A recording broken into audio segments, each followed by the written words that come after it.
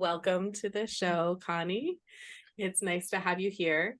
Can you tell us just a little bit about yourself and how you started in the coffee industry? Of course. Thank you so much for having me as a guest. It's an honor to be here. My name is Connie Blumhardt. I'm the publisher and founder of Roast Magazine, which will be 20 years next year, Mhm. 20 years old. Um, Before I started Roast, I actually worked for another coffee magazine called Fresh Cup for 6 years. So I've been in the coffee industry for quite some time. And I left Fresh Cup, didn't know what I wanted to do. And it was just sort of the beginning of the emerging roasting scene. The Roasters Guild had had their first meeting, and it just seemed like this was an area where the coffee industry needed some more support as an education tool. And it turned out to be perfect timing. We started the magazine in 2004, and we've just grown from the magazine to we have daily coffee news. We, of course, have our social media. We have our own event called Roast Summit. And, I just feel honored every day to be in this community and work with the amazing roasting community. This is very cool, Connie. I mean, I remember those days when the Roses Guild was formed. I was not part of it initially, but 2004 is when I started the research project where Jeff Watts was involved, and then I remember him coming back from those meetings and being excited about that those new platforms for education. So that's 20 years is a long time. A lot has happened and changed. Um, Yes. would you want to dig into that a little bit? But what was like if you think back, what was your initial motivation to to get Roast magazine off the ground? Um, how was that experience? Well, because I had already worked in the industry for a few years and I knew I didn't want to leave it. I loved the coffee industry. And Mhm. back then and still today, my favorite part about this industry is the people. And so I knew I didn't want to leave coffee, and I love the magazine business. So it just seemed like a natural kind of path for me to take. However, I was not at that time an entrepreneurial type person. So for me to decide that I was going to take this big step and start my own magazine was really, really big. Mhm. Mhm. Um, and I remember a very distinct conversation with Mike Ferguson, who now is at Kavoya, and he said to me, "Well, what will your title be?" And I was like, "I don't know." He's like, "Well, you have to be the publisher." I'm like, "I have to be the publisher? What?" So it was kind of there were so many people that were so supportive of what I was doing, and the reality is that I knew the nuts and bolts, right? I knew how to do a magazine. I knew how to put the pieces together. And so that part of it was really easy. And I was fortunate enough to run into one of my past Fresh Cup coworkers. His name is Jeremy Laff, and he is still to this day our art director. Mhm. And when we ran into each other, we were at a wedding of another old Fresh Cup staffer, and he said, "Look at all this talent around. We should start our own magazine." Little did he know I had already had the business plan and was going forward with Roast. And the very next day, I called him and I was like, "What would you think about coming to work on Roast?" And he was like, "Done." And we still work together today. And I Wow. have to give our amazing team the credit they deserve, because of course I don't do this by myself. And I have Jeremy, and I have our circulation manager has worked with us since the first year too. That's Um, amazing. That's it is amazing, and I uh, feel just blessed. And everyone, our team is just amazing. I feel so lucky. But back to the mhm. history of Roast. In the very first issue was really hard. I it wasn't hard to put together, but it was hard to put it out there and get the reaction from people. But once it was released, people were like, "Oh yeah, this is really cool." And then from that very first issue, it was pretty clear that it was going to work. We had the advertising support to pay for it all, and just the general community support was amazing. And, we just took it and ran. We've always said that we never needed to be the biggest trade magazine, but we wanted to be the best. And Mhm. I still feel like we're still pumping out this high quality editorial that attracts our readers and, helps us with our positioning in the industry as a leader and as an educator. And then to answer your question about how the industry has changed, it has changed so much. And in some ways, it's changed a lot. And in some other ways, it hasn't changed much at all. For me personally, the thing that's changed the most is we used to be able to go to events in the US and you would know everybody in the room, like Mhm. without question. And then, over time, it's just grown so much. And so, I no longer can go to an event and say, oh, I know everyone here, almost everyone here. And that's been a fun thing, but also, it sometimes is a little bit sad because it used to feel so small and such like a group in a club, where now it just feels like this very big, um, you know, group of people that not everybody is, cohesive and supporting everybody and being part of, the same community. The other part of that is how much the industry has grown worldwide. Mhm.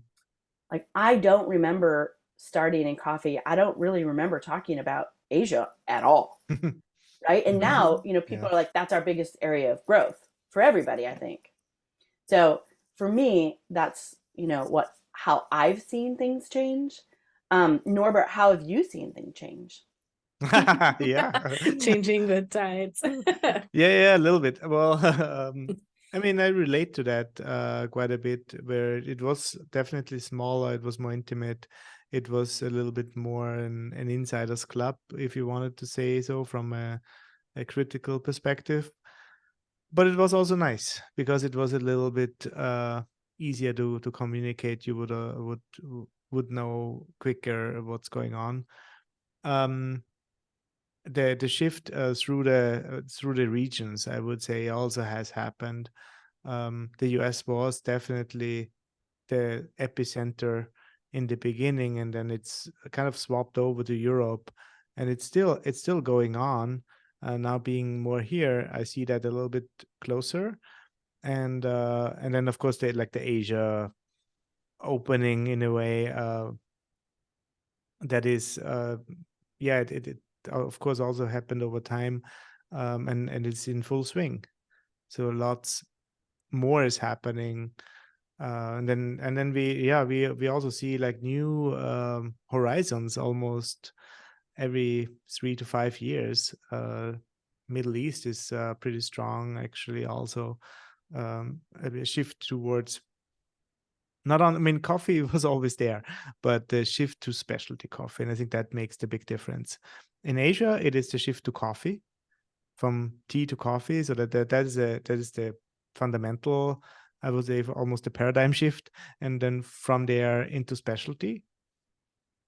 And in of course other coffee drinking countries, it is then really how specialty how is perceived, valued, and how it um, can grow. That I've seen. And then, well, from a like technology perspective, of course, I also wanted to talk to you about that a little bit, because that's what we do. We've seen a lot changing there. I think roasting coffee is now a little bit more than just making green bean brown. And that has, of course, a lot to do with the specialty scene. But I think it also linked back to commercial. So commercial was always controlling a little bit more. So their parameters were always, I think, kind of in very well measured on a more general scale. But it also informs them. It's like, well, we could actually push a little bit more. We could actually do a little bit more, and they're, I don't know. We've seen new roasting machines, of course, out there, and all kinds of measurement devices and everything, internet connected. What's your take, Connie? Is that a good thing? Yeah, I think I mean, technology mostly is always a good thing. I'm not so sure about AI these days, but that's, Hmm. that's a whole nother conversation. But yeah, I mean, I think that the technology part has changed, I mean, 360 degrees. It's been amazing. And I think with the introduction of Cropster, that set the stage, I think. And I think I've told Norbert the story before, but when we started the Roaster of the Year competition in 2004, you know, we always had the question about roasting technology, I think, and people would put, what kind of roaster they had or whatever. But I want to say, what year did you start, Norbert? Cropster 2007, and before that, 2007. coffee projects in Colombia since 2004, 2003. So it must have been around 2008 or 9 Hmm. when we started seeing on the Roaster of the Year applications that part of their technology package was Cropster. And then now it feels like that's the baseline. And it's interesting to see, like, to measure the Roaster of the Year applications and how those types of things measure up. Hmm. Um, and now, like I said, now Cropster or some other type of Hmm. software is, baseline. Everyone has to have that now. Yeah, yeah, we see that for sure. Like that was, yeah, that was interesting, right? When you started, software wasn't there for most No. people, for almost Mm-mm. nobody.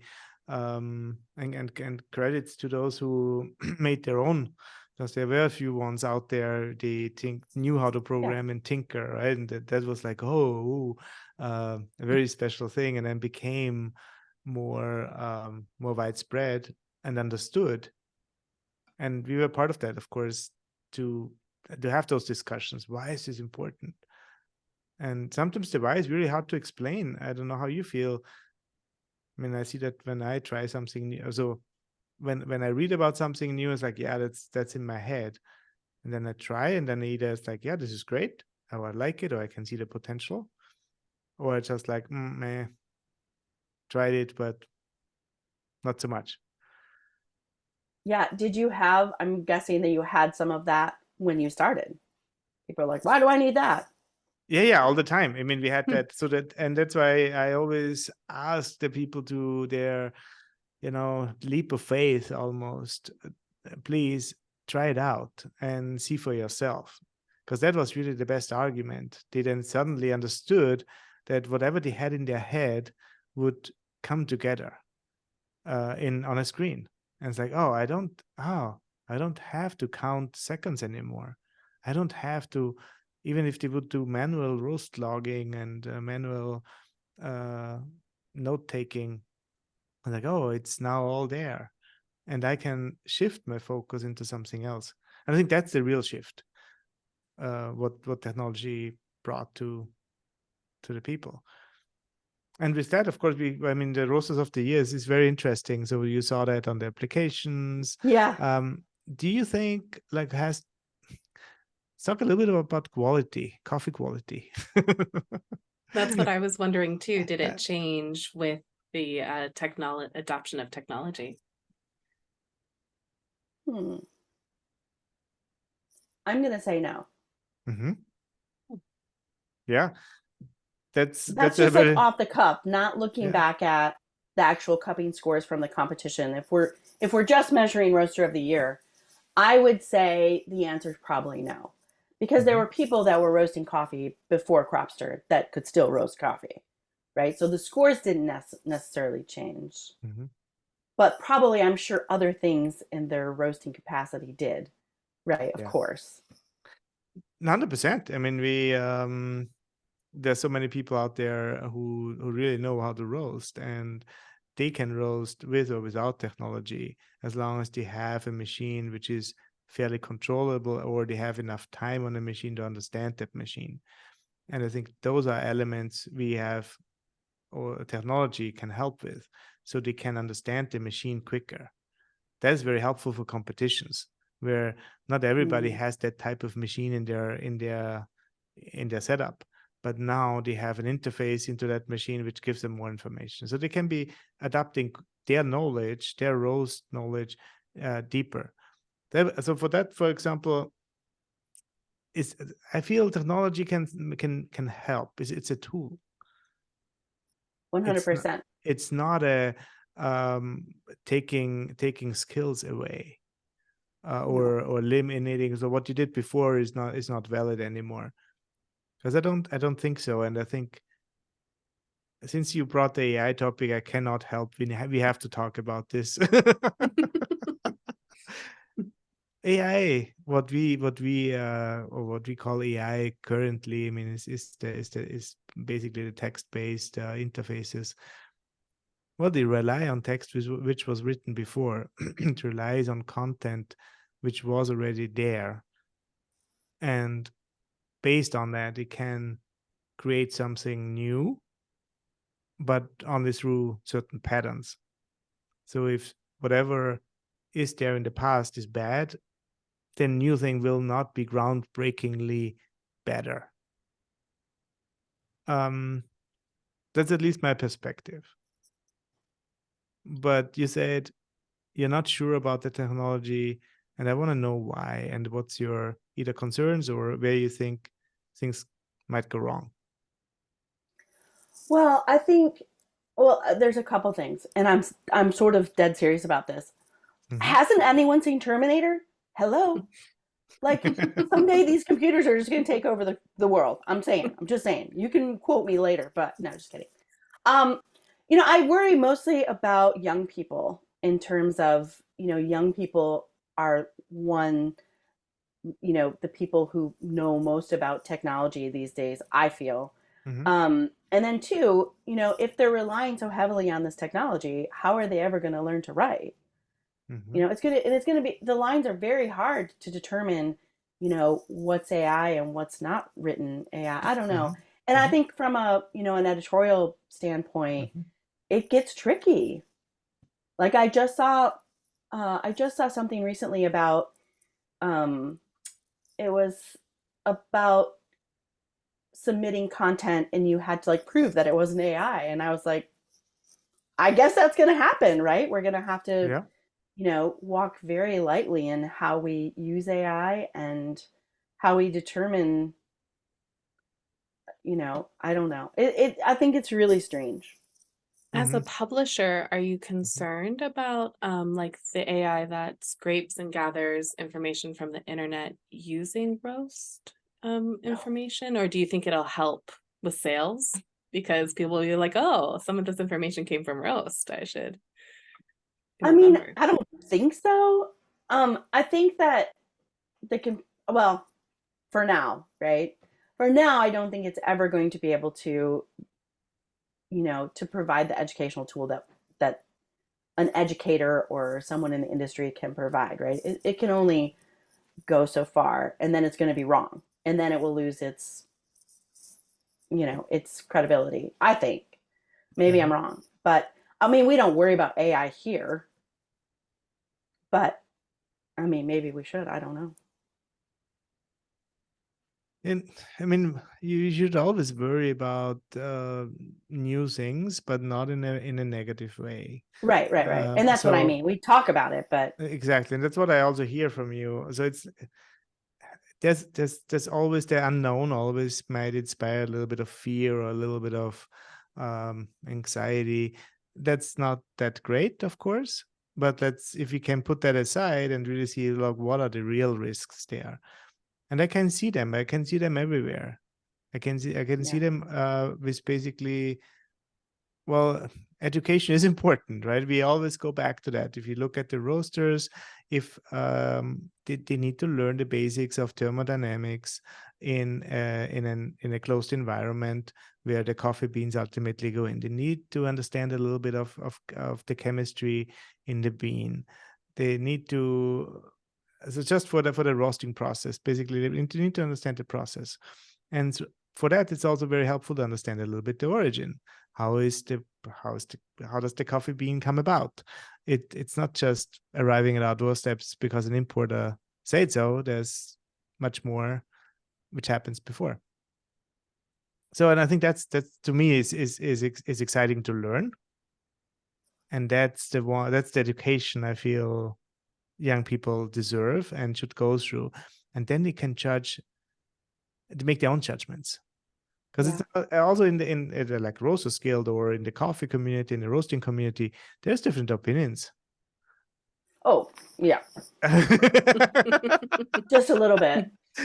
Yeah, but you know who wrote it, you know potentially a certain context, and you could always, and that is the nice thing in the coffee industry. I think that's, I want to relate to that community. You can send that person a note, a text, or potentially meet that person at a trade show and confront them with your own thoughts, and it usually ends in an interesting conversation. Yeah, for sure.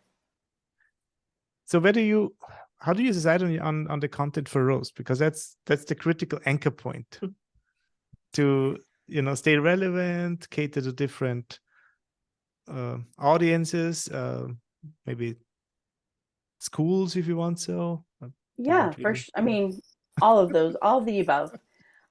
We basically, when we're looking at our calendar, which we usually build in June, the year before. Mm-hmm. So like this June, we'll start building for 2025. Mm-hmm. We take a look at what we've covered in the past, and we also look at the industry by segments. So roasting, green coffee, brewing, science. I don't know what all the topics are, all the Mm-hmm. segments are off the top of my head, but we basically look at it by segments and try to balance our editorial calendar, making sure that we address each segment of our industry sometime throughout the year, with roasting and science being, number one. Almost every issue we try to have a roasting science article in the magazine. And then we have people that come to us throughout the year that are working on a project, or they've traveled somewhere that they want to report on a specific origin and what's happening there. And so we incorporate those articles as they come in. But we really are very picky about what goes into the magazine, obviously, for obvious reasons. And it's the base of what we do. So it's always going to be something that we take a lot of time in selecting and curating and implementing that high quality into every issue that we produce. And I think that's the key, maybe the answer a little bit to that AI question. Like, can Roast Magazine be created by AI? And not really. If you want to be as critical and as targeted, then that might not be possible. Right. And I mean, Connie, we're in the same we're in the same age group potentially. So some especially social media platforms, I feel like there's a lot of content, but there's no depth, and there's Agreed. no it's noise in. Yeah, people might hate me for this, but I sometimes feel there's a lot of noise out there, and there is. And that makes it so hard to boil down. So I don't need an AI to create more noise. No, and I'll just, since you brought up the social side of everything, I feel like, and maybe this is just me, and maybe I'm not really paying that much attention, but I feel like, maybe 5 years ago, there was just all this noise on social media all the time, and it was just deafening to me. And it kind of always sort of came from the same people too. And it was negative, and I just was not about it. But I feel like today, when I look at social media broadly, it feels a little bit better to me in the coffee industry. And maybe I'm not following it as close as I should, but I'm feeling like it doesn't feel as negative as it did 5 years ago. Hopefully those people that were so negative, got really busy like the rest of us and don't have time to create all this negative noise. That's what I'm thinking. I don't know. And they can probably be really mad at me, but I don't care. Or the algorithm finally learned that you're more about positive stuff, and you got don't tell me that. into a better bubble. No, I wanted to be in my bubble. Come on. I want to believe that, the coffee industry is about supporting each other rather than tearing everybody down all the time. That I generally would agree. There's always examples where that might not be There the is case, always. but I still think and I truly believe that the coffee industry is a very nice industry compared to many other industries. So I completely agree. it is. I don't know. Whenever I talk about it's amazing. A lot of really interesting things happen when you bring up coffee. I just recently went. Due to my move to Austria, I had to register. So I went to the government and to a government office. And the first interaction was very, government-like. Um, for some people, the word DMV might pop up in their head. So then now you have a reference. People just doing processes and doing the thing, but not much personal interaction, and that also shouldn't really maybe be there. And then at some point the question popped up. It's like, what are you doing? Why are you here? I was like, yeah, no, we coffee, da da da. And that changed the conversation. That changed everything. Suddenly it's like, I have at home, I have this espresso machine and da da da. Those are the moments, in my opinion. Hmm. That's the industry. That's part of it because a lot of people get really excited about the product we are linked to. They do. Yeah. And when I try to tell people what I do, I have the Mhm. same thing. They're like, "You do what?" And they first envision like a little newsletter or something, and then I show them a copy of the magazine. They're like, "This is a real magazine." I'm like, "Yep, it's a real industry." Yes, it is really nice, by the way. Thank you. And it's one of those things you want to keep on your shelf as you have, and it's good quality inside out, right? And that's all. I think that's always the key for long-term success. Agreed. Stay relevant, stay true, and do something meaningful. And the social media, I don't know if I will ever understand it, and it can be helpful, but yeah. I think it's really helpful for certain things, but the negative side of it, it just baffles Mhm. me, especially going back to thinking about what our industry was in the beginning, where everybody was so supportive of each other. And there were always people that disagreed, right? But there wasn't Mhm. this weird social place to put it out there and just say horrible, random stuff. Mhm. Mhm. Anyway, I haven't seen as much random, awful stuff as I have in the past, so that makes me a little bit happy. And I'll stay in my bubble. I'm happy there. Right. Did you Me too. feel like when you were coming up with the magazine, Connie, that you had any mentors in the coffee industry or like people that really helped you besides Mike from SCA? Yeah, I mean, Mike was at SCA then, and I think, again, I go back to like the way things used to be, and I still have all these amazing friends in coffee, but like, like Mike and my kids were the same age. Like we would see each other and our kids would play, and those relationships that I had around the time when the magazine started, they they might not have they gave me the confidence to put the magazine out there. Mhm. Um, and then the other thing that was very crucial in the beginning is to have the advertising support to pay for it. And it was interesting when I started the magazine, I made a list of people who I thought would advertise based on my connections from Fresh Cup because I was their advertising salesperson for 6 years. So many people, again, based on relationships. And so Mhm. I made this list, and I would say probably about half of the list actually advertised. And then there was this whole other section of people that were there to support the roasting community that were not my customers. And to me, that was amazing. And I think there were probably about we I just looked at this number. There are probably about 10 advertisers that have advertised in every single issue of Roast for 20 years. And to Wow. me, that's just amazing.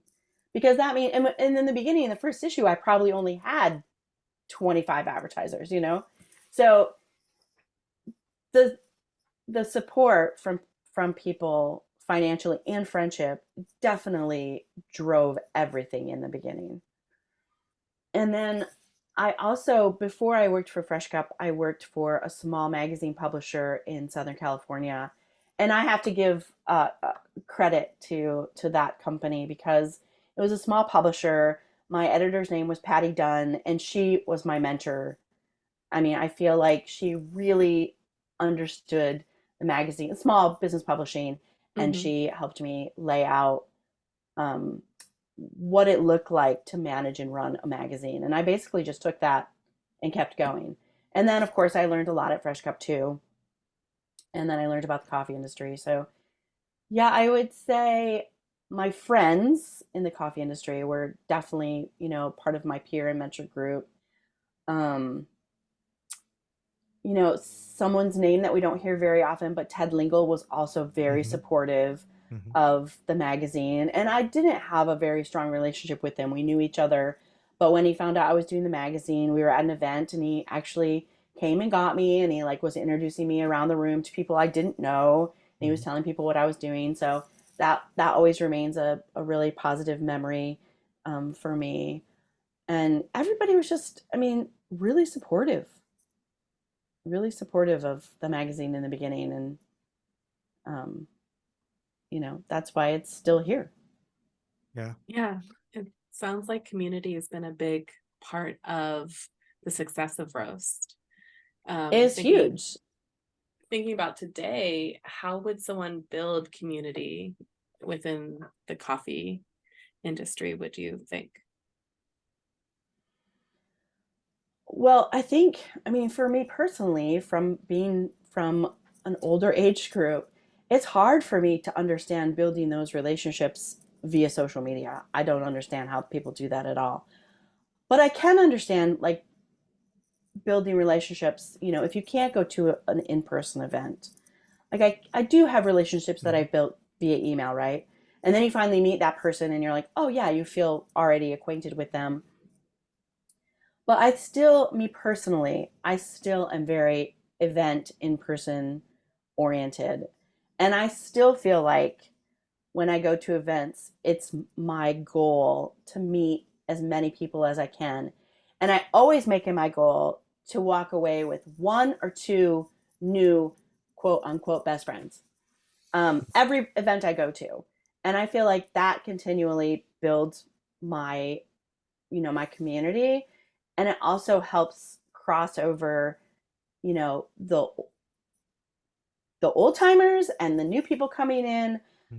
It's not as easy as it once was, I feel. Um, but I still feel like in person is the way to go. And that's one of the reasons why we want to make sure that we have Rose Summit in person. Even though it's small, it's a way for people to, gather together. And, I can't encourage people enough to try to be as outgoing as you can, as I know not everybody is as outgoing as I am. But, um, you know, go there and make your goal of meeting one person that you take away as your friend that in a few weeks you can call and say, or email or social, whatever, you can connect with and say, what are you doing this week? Or I have this problem. How will you work through this? And that's just that's how I would tell people to build community. If you don't put yourself out there, you can't build community. Hmm. How do you deal with the international aspect? Because that's something the industry has gone through, right? Now it's not only the US. It's hard. Uh-huh. It's very hard. Um, so I feel like, you know, if we talk about segments, let's talk about Asia first. Hmm. Asia's I mean, parts of Asia are easier for us. We have Roast Magazine in Korea, Hmm. and we had Roast Magazine in China, but it didn't make it through Hmm. COVID. But it also had its own issues. I mean, China's gigantic. So trying to like figure out how to move the magazine and create, just brand your own brand there is so hard. It was really hard. Japan's a little bit easier because it's small. We have a great following there because of our educational um, editorials. And then I think Europe is really hard. Mhm. We have a lot of readers in Europe. We have a lot of people that buy our books in Europe, but the shipping aspect of it, it's just really hard. So we have some great partners there that we've been working through, and that's been helpful. We work through Roast Rebels. I don't know if you know their company, but they've been great. So they distribute some of our books there, and that's been Mhm. really helpful. But going to the trade shows there, it's hard. Like again, I feel like an outsider in my own industry because you don't know all the players anymore. Mhm. And so that's always, it's a good challenge for me. Like I like that. Again, I go and try to meet as many people as I can. Obviously, we're there to introduce introduce people to Roast Magazine if they don't know it. Luckily, when we go, people passing by the booth at these events, they do know the magazine already. So that's Mhm. amazing, right? People are Mhm. at least understand who we are and what we do. And they may, sometimes they have never seen it. So it's important for us to do, um, as many European shows outside of the US as we can to keep building our brand internationally because as we both said, there's a giant area of growth outside the US. And it is hard because we don't have offices around the globe. So Mhm. we're just, trying to do it organically from here. And it's hard. In It's a terms of giant world out there. yes, it's big. Yeah, no. In terms of content, do you because you translate some of the content? Is it some of the content local? So if we use our Korean version as an Mhm. example, they translate the exact articles in Roast, but then they add their own local content Mhm. to it. Mhm. So it provides that higher level education as well as their local aspect. And they do an amazing job. I do believe they're your partner too. Correct. Mhm. Um, so yeah, they're an amazing group of people. I've been partners Mhm. with them since 2011, I think, Yeah. a long time. So they do a splendid job of Mhm. producing the magazine for Korea So there. there's some level of editorial work locally, Correct. and then you have the global like education and the main articles they're being translated. Exactly. And they blend it all together seamlessly. Like the And that's editorial that they that's only the produce. case in Korea, or is that also in other parts? Well, so China went away Mhm. in COVID, and also our Spanish edition went away in COVID, which breaks my heart because Mhm. Mhm. people there loved it. But Yeah, it was amazing. It was cool. yeah, and I mean, to be able to provide the Yeah. content, um, in Spanish it was huge for us and huge for the reader, right? But we don't Mhm. have the capacity from here to produce another magazine, even if we hired a whole nother team. Mhm. Again, you have that same problem with the international shipping, and it just, we managed it ourselves for a little while, and it just was, it, it didn't work as well as it worked when you had someone in country Mhm. or in the region. So maybe someday we can have another partner and try it again. But it was uh it just during COVID it was just too hard. It was Yeah. too hard for our partners there, so they gave it up. There's definitely that I always admire that, and I think that was also part of our success. The US is just a very massive, homogeneous from a shipping and doing business perspective, right? You have one phone number, you have one bank account, you have one shipping rate, you have one. So there's all those things you can do and cater to a massive market. And then you go to Europe and you want to ship something from Austria to Germany. It's like, international shipment. It's like, this is European Union. Got better. I'm a little bit overcritical, but still, it is a hurdle because tax rates are different and it's not as integrated. Yeah, And the and it same felt like, in South America, yeah. So yeah, it felt like 10 years ago it was much more doable. The shipping rates were reasonable. mhm. Uh, and I will say maybe they weren't high enough. I don't know, but it just feels like, through COVID, again, like when there were countries we couldn't even ship to, um, like a lot of things really changed, and the shipping aspect of it just became so expensive. Mhm. And And I will ship say to Europe, you ship from the US. we ship the magazine, Mhm. but now our books are sold exclusively through Mhm. Roast Rebels, and Right. they print them there. Oh, amazing. Mhm. Wow. Hmm. Yeah. Mhm. Yep. And again, that shipping rate from the US has changed. Oh yeah. Mhm. I think it's to mail a book of roast from here is probably at least $60-$70. Yeah, You know, that's Oh. it's more than half the cost of the book. yes. So Yeah. it's not feasible anymore. And it's the same with Asia. Mhm. Mhm. Central America is South America is a little cheaper, but yeah, it's pretty much cost prohibitive these days to mail outside of the US. Mhm. And then you never know if it's even going to get there. So then we have to resend it sometimes, and then that's a whole thing. And Canada, thank you, Canada. Canada's still okay, Yeah, we love the neighbors to the north. right? Well, yeah. And in terms of magazine, that ships globally. That ships globally. Yeah, That's easier. it's easier. Magazines have their own magazine rate, Mhm. so it's a little easier. But that also has increased dramatically. Mhm. Mhm. Hmm. So it comes the question, and I know you have it, right? You have an online version of Roast. I always I receive the do. emails, of course. um, where do you think is the future going there? Will magazines be able to jump onto a digital format? And I know you have the daily coffee news, right? Which I appreciate every day, as an email format. Where's the limitation there? Where do you think is like, Well, of course, I can would say that's the number one question that I get from within our industry, from outside of our industry, from friends. It's like, oh, how can you do a printed magazine still?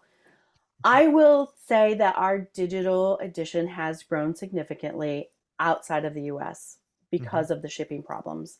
And we also offer it at a much cheaper price because we can, it's delivered, very easily, no problems, and it's not $70, to Mhm. deliver.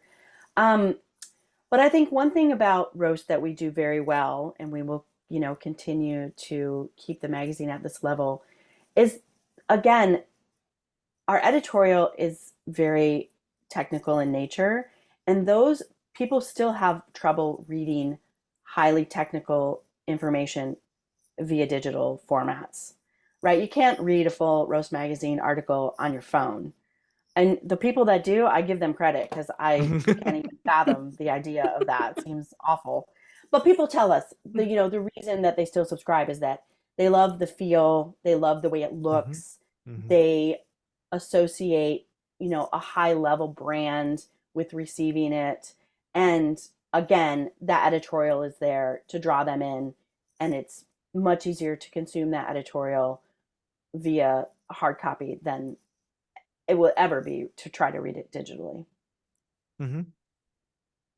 No, I think it makes a lot of sense. And when all the digital stuff started, it was like, oh, there will be no books anymore, and there will be no newspapers anymore. And it's not true. It's a challenging time for some outlets for sure. So I'm not saying nothing has changed, but people still like to read books, and as you say, the technical content or certain aspects. And I still like to read the newspaper sometimes, um, when I have time on a drinking a coffee. it is a different experience. Yeah, and there's still, there are some of the larger magazine formats I feel like have, you know, dropped their printed edition, but their model is so different and it's so Mhm, hard to make money selling it that way on the newsstand because there's a whole distribution channel on the newsstand that makes it like we could never afford to sell that way mhm, because of the distribution model for newsstand magazine sales. But I think we're seeing a lot of uh, very small market niche magazines like Roast. They're still starting, and I think mhm, one of the main drivers for success is the way they look and feel. mhm. You know, Yeah. nobody wants to pick up, the old term for trade magazines was a rag. Nobody wants to pick that up. Nobody wants to pick up some, janky looking newspaper thing um, that represents a trade industry, right? There's no reason that we need that anymore either, right? We have all these, amazing outlets um, digitally and in print too. Mhm. Agreed. Yeah, yeah. I love the feel of Roast Magazine, the paperweight, as well as like as someone who still highlights things. It's not Oh, glossy to where highlight. it, All right. yeah. Mhm. It doesn't, it's not so glossy where it'll get on the other page, which is really nice. Yeah. But yeah, looking past you guys or looking forward, you guys are going to celebrate 20 years next year. Are you planning any fun events or any big celebrations? Well, we plan we'll do a lot of branding celebration during SEA at Expo. Mhm. And we're thinking about trying to have a party, but it's just so big in Chicago, so big and hard. I don't know if we'll be able to pull it off. But if we don't have a party at Expo, we'll certainly be partying at our booth and we'll have lots of celebrations there. And then we're just, trying to celebrate all year long in terms of what a great accomplishment it's been and um, where we go next, how we keep doing what we do and just continuing to raise the bar and be part of this community. But you know who always likes a good party? It's the Cropster people. So, We'll come and Wait. party with you. And that said, I remember the times when Roast Magazine Party was the best party during SCA. Was the Oh, biggest, wildest, and just an absolutely must go to. Then it was oh, like with Roasters Guild together, I believe, at some yep. point, It and was Roasters Guild and Roast Magazine, and that's yeah, what made it possible. yeah. But And now that it's the SCA doesn't really do that many parties, yeah. I know. And I mean, that it's just too big for us to try to do on our own. Well, we'll need to find a way. But Yes, no, I think that's maybe it part of will be a the roast cropster party. maybe exactly that's what I'm saying. And I think it's one I'm of in. those ways to get community together. I met amazing people at those parties. The parties were good early on. The parties went more wild later on, and you Hmm. could choose. You stay, and I made great deals at those parties. I don't know. I have really fond Yeah. memories of those. Well, I feel the same way. I feel like um, losing some of those events was it's really detrimental to our community. Mhm. So maybe we can bring them back. Yes, yes, I think we should. Oh, cool. It's an amazing milestone, Connie. Congratulations. Honestly, 20 years is a long Thank time, you. and I know. Roast is going strong. So we are very happy about that, and very happy that you bring and brought that magazine and that format to the industry. So thank you for that. Well, Mhm. thank you because Mhm. without all the support from our advertising partners, we wouldn't be here. So without you, we wouldn't be here. But it's been just again, I'm just thankful every day that I get to do this job. It's the community's amazing. Uh, Putting together a magazine is so much fun. Um, and I look forward to the next 20 years.